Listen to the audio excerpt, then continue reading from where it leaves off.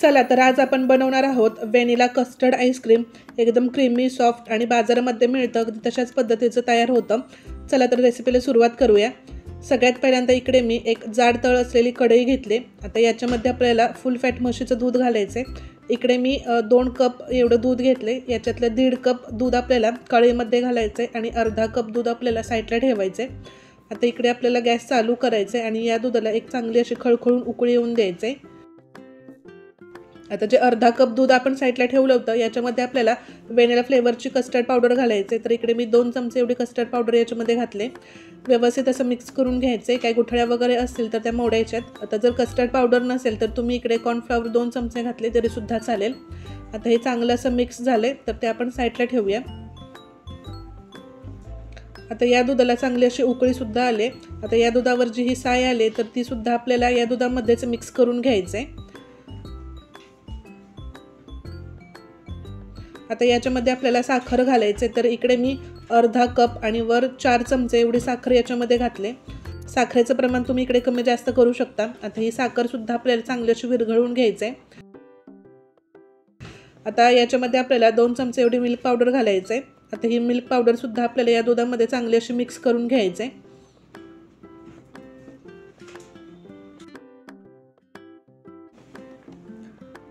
आता या दुधातली जी साखर आहे तर ती सुद्धा चांगली अशी विरघळली गेली। याच्यामध्ये आपल्याला कस्टर्ड पावडर मिक्स करून ठेवलेलं जे दूध आहे तर ते घालायचे। आता हे दूध घातल्यानंतर आपल्याला हे सतत असं ढवळत राहायचे, नाहीतर मग याच्यामध्ये गुठळ्या होतील। तर एक 5 ते 6 मिनिटं हे दूध आपल्याला अशा पद्धतीने ढवळत राहायचे। जोपर्यंत आता हे दूध घट्ट होत नाही तोपर्यंत आपल्याला हे एक 5 ते 6 मिनिटं असंच ढवळत राहायचे।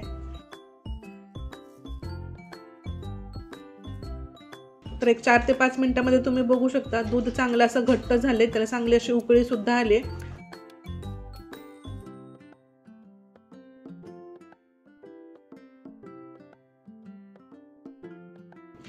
आता इकडे तुम्ही बघू शकता दूध चांगलं असं घट्ट झाले आणि जो स्पॅच्युला आहे तर त्याच्यावर या दुधाचं व्यवस्थित असं कोटिंग होतंय। तर इतपतच आपल्याला हे दूध असं उकळून घ्यायचे। तर आता इकडे आपल्याला गॅस बंद करायचे आणि हे दूध आपल्याला थंड होऊन द्यायचे। आता जर तुमच्याकडे वेळ असेल तर हे जे कस्टर्ड थंड झाल्यानंतर तुम्ही फ्रीजमध्ये ठेवून एकदम थंडगार करून घेतलं तरी सुद्धा चालेल।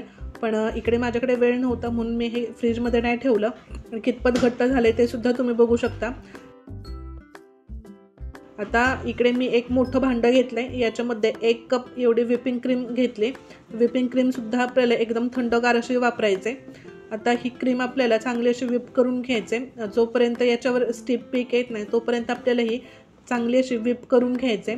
जशी केकला लावण्यासाठी आपण व्हिप करतो अगदी त्याच पद्धतीची आपल्याला ही व्हिप करून घ्यायचे। तर एक 5 ते 6 मिनिटांमध्ये फुल स्पीडमध्ये बघू शकता एकदम छान अशी ही क्रीम आपली व्हिप झाली। याला चांगला असा स्टिफ पीक सुद्धा आलाय। तर थंड झालेलं जे कस्टर्ड आहे तर ते आपल्याला याच्यामध्ये घालायचं आहे। सगळं कस्टर्ड याच्यामध्ये घालायचं आहे आपल्याला।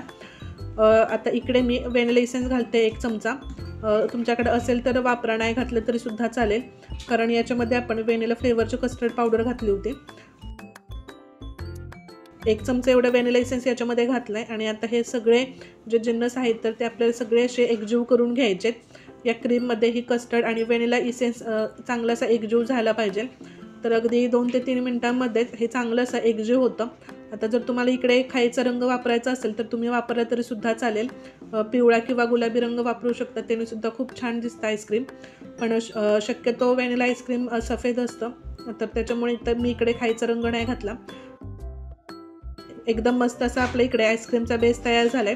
आता इकडे माझ्याकडे एक असा डब्बा होता। शक्यतो डब्बा पसरटच घ्यायचा। खोलगट जर डब्बा घेतला तर तो थोडा आईस्क्रीम सेट व्हायला वेळ लागतो। असा पसरट डब्यामध्ये आईस्क्रीम कसं पटकन सेट होतं। तर आता याच्यामध्ये मी हे आईस्क्रीम भरून घेतलं आहे आणि वरून त्याला एकसारखं असं करून घ्यायचं आहे। आता इकडे माझ्याकडे शिल्लक राहिलं होतं थोडं आईस्क्रीम म्हणून मी त्या दुसऱ्या डब्यामध्ये अशा पद्धतीने काढून घेतलं आहे। आता हे सुद्धा आपल्याला वरून असं एकसारखं करून घ्यायचं आहे।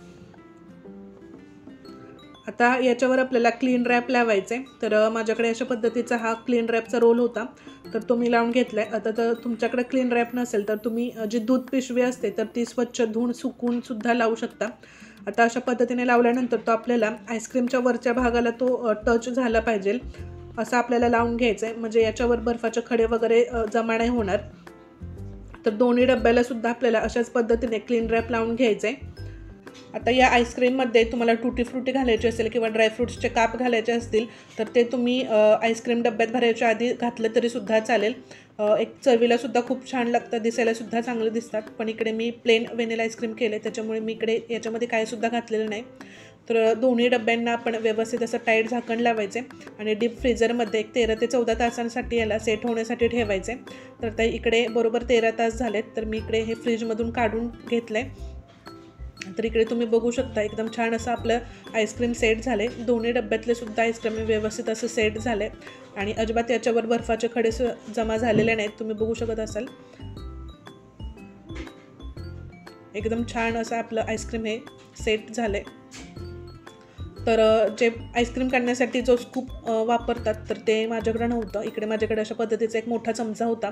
तर यानेच मी तुम्हाला इकडे आईस्क्रीम काढून दाखवणार आहे. अगदी बाजारामधून जसं आपण फॅमिली पॅक आणतो तर त्याचं टेक्स्चर कसं असतं त्या आईस्क्रीमचं, अगदी तसंच टेक्स्चर या आईस्क्रीमला आले. अगदी घरच्या घरी बनवले असं कोण म्हणणारसुद्धा नाही, एवढं छान असं आपलं क्रीमी सॉफ्ट आईस्क्रीम तयार झालं. तर इकडे मी तुम्हाला हे आईस्क्रीम काढून दाखवते, म्हणजे तुम्हाला समजेल की कितपत आपलं हे आईस्क्रीम छान आणि क्रीमी तयार झालं इथे. आता इकडे तुम्ही या आईस्क्रीमचं टेक्स्चरसुद्धा बघू शकता आणि कितपत क्रीमी झालं हे सुद्धा बघू शकता. आता याच्यावर इकडे मी टुटी फ्रुटी थोडीशी अशा पद्धतीने घातले आणि जे चॉकलेटचे जे सिगार असतात तर ते सुद्धा मी अशा पद्धतीने याच्यावर डेकोरेट करून घेतलेत. तर बघू शकता एकदम टेक्स्चर त्याचं छान आलं आहे, क्रीमी आणि सॉफ्ट असं आपलं आईस्क्रीम तयार झालं. खायला एक नंबर लागतं आणि दिसायलासुद्धा खूप सुंदर असं दिसतं. तर अशाच पद्धतीने घरी तुम्ही नक्की बनवून बघा. रेसिपी आवडली असेल तर नक्की आपल्या चॅनलला सबस्क्राईब करा, रेसिपीला लाईक करा, शेअर करा, कमेंट करा आणि नक्की अशाच पद्धतीने घरी एकदा या उन्हाळ्यात हे आईस्क्रीम बनवून बघा. खूप साधी सोपी रेसिपी आहे. चला तर बाय बाय.